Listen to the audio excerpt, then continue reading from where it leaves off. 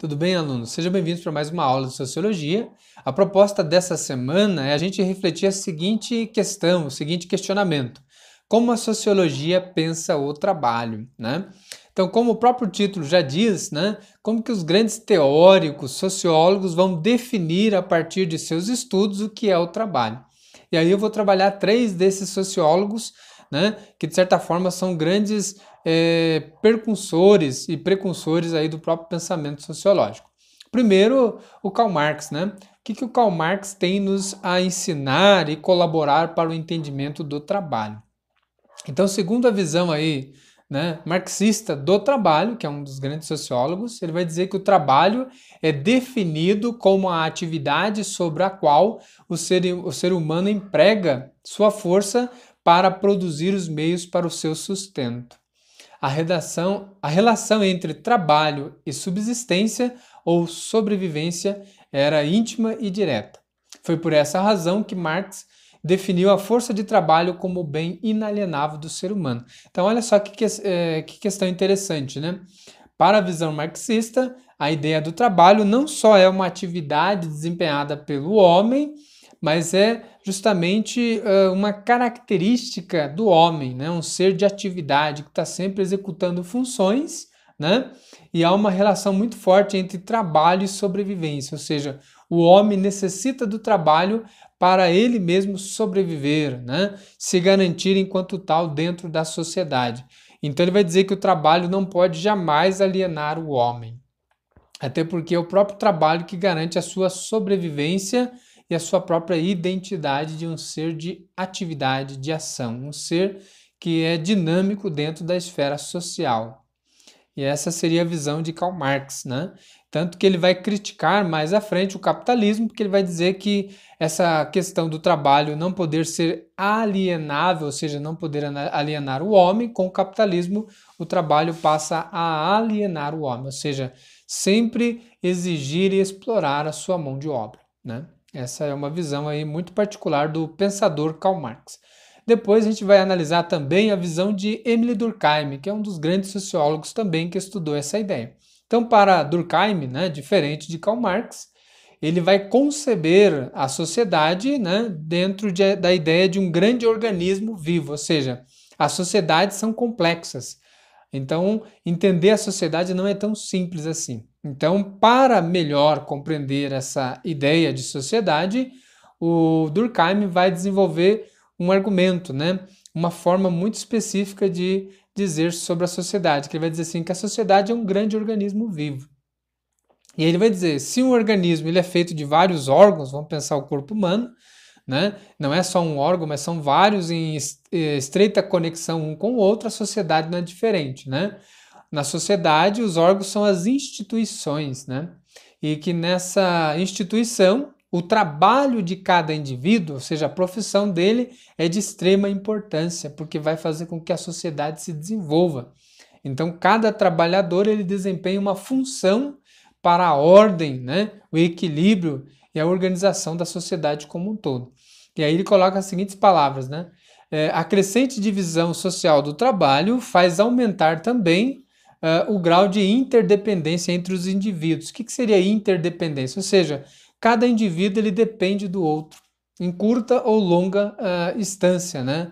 Se por um lado o patrão, né, ele depende do trabalhador para produzir determinado produto que a sua empresa fabrica e vende, né? Por outro lado, o trabalhador precisa também do patrão, até porque mediante o seu trabalho ele vai ganhar o salário, né, para poder se desenvolver, comprar coisas, né, tratar da sua família, enfim, conseguir subsistir, ou seja, sobreviver a partir do seu trabalho. Então há uma interdependência através dessa importância do trabalho. E aí Durkheim continua, né? Para garantir a coesão social, ou seja, o sentido, né, da sociedade, precisa-se predominar algo chamado solidariedade orgânica, ou seja, tem que todos estarem numa conexão quase que orgânica mesmo, um tendo uma conexão com o outro de forma a trazer o bem e o próprio desenvolvimento da sociedade. Então, para Durkheim, a coesão social não está assentada em crenças, né, e valores sociais ou religiosos, na tradição ou nos costumes compartilhados. Para Durkheim, está justamente nos códigos e regras de conduta que se estabelecem direitos e deveres, né? E se expressam em normas jurídicas, isto é, o direito. Então, para Durkheim, não é tanto a moral, nem a tradição, nem os princípios religiosos. Para ele, o que define a ordem e o sentido em sociedade é tudo aquilo que é acordado, né? É concordado entre patrão e funcionário. Ou seja, se você é trabalhador dentro de uma empresa, aquilo que foi concordado, ou seja, chegar às 7 horas, trabalhar até às 11, né? Ou trabalhar até às 10, enfim. Tudo aquilo que foi acordado juridicamente em contrato é o que vai fazer valer o direito, né, de cada um, de um lado do trabalhador, do outro lado do patrão. E é isso que vai trazer essa tal coesão social ou mesmo essa solidariedade orgânica, ou seja, eu dependo do outro e o outro, por sua vez, depende de mim, né? Isso seria então uma visão sobre o trabalho de Emile Durkheim. E por último, eu trouxe também a visão do sociólogo Max Weber, né? Esse, por sua vez, vai entender a sociedade a partir das seguintes palavras, né? O impulso para o ganho, né? A perseguição do lucro, do dinheiro, da maior quantidade possível de dinheiro, não tem em si mesma nada que ver com o capitalismo. Tal impulso existe e sempre existiu, né? Pode-se dizer que tem sido comum a toda parte e condição humana, em todos os tempos e em todos os países, sempre que se tenha apresentada a possibilidade objetiva para tanto, né? O capitalismo, porém, identifica-se com a busca do lucro sempre renovado por meio da empresa, né? Com as suas ações permanentes, né? Capitalista e racional. Então aqui é interessante pensar que Max Weber ele introduz uma ideia, me parece original, né? Dele, porque ele vai pensar que não é o capitalismo que faz com que o homem busque lucro e dinheiro a todo custo, não. Ele vai dizer que o homem, desde que o mundo é mundo, ele é um ser que está sempre impulsionado a ter ganhos, a ter conquistas mediante os seus trabalhos, a sua força, o seu desempenho, né? Então a perseguição do lucro, do dinheiro, da maior quantidade possível de dinheiro, já é algo natural do homem. Ele é um ser que faz coisas porque ele tem intenções por trás, ou seja, se eu pratico o bem é porque eu quero fazer o bem, né? Se eu trabalho é porque eu quero alcançar alguma coisa, né? Então, dentro dessa ideia, ele vai dizer assim, o capitalismo apenas acirrou mais, né? Deixou mais claro essa potência, essa vontade de ter, de usufruir coisas, mas é uma coisa que já era da natureza do homem. O homem está sempre atrás de ganhos. Ganhos no sentido do afetivo, espiritual, material. Então, o homem está sempre voltado para essa ideia de obter ganhos, mediante o quê? O seu esforço, as suas ações e, sobretudo, as suas escolhas.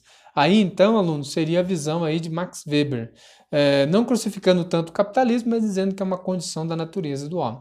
Então, as teorias, né, sobre o trabalho em Durkheim seria justamente isso, a divisão social do trabalho, onde ele compara o trabalho como órgãos dentro de um corpo humano. Todos os órgãos têm que estar em pleno funcionamento para que a pessoa tenha uma vida saudável. Na sociedade não é diferente. Se todas as instituições estiverem agindo numa conexão, organizadas e fazendo o que lhes compete como dever, a sociedade vai se desenvolver. Já o Marx, né, o Karl Marx vai dizer que o trabalho nada mais é que a alienação dos trabalhadores. Aqueles que são pobres, que não têm tantas condições, vão ser explorados mesmo pelos burgueses, ou seja, pela elite, aqueles que são mais abastados em dinheiro. Visão marxista. E a visão de Max Weber, ele vai dizer que o trabalho fornece sustentação ao capitalismo, ou seja, é justamente dessa necessidade que já é da natureza do homem de produzir, né, e de executar funções, o capitalismo só vai pegar isso e vai dizer, ó, então já que você tem essa predisposição natural para executar funções, no capitalismo você vai trabalhar, vai ser o trabalhador e vai gerar lucro para o seu patrão, né? Então isso seria a visão de Max Weber e dentro dessa semana, alunos, a gente vai estar trabalhando sobre esses 3 grandes teóricos, né, ditos sociólogos que nos ajudam a refletir e a entender melhor esse fenômeno que a gente está estudando no segundo bimestre, que é o trabalho, né? Então desde já agradeço a atenção e até a próxima aula.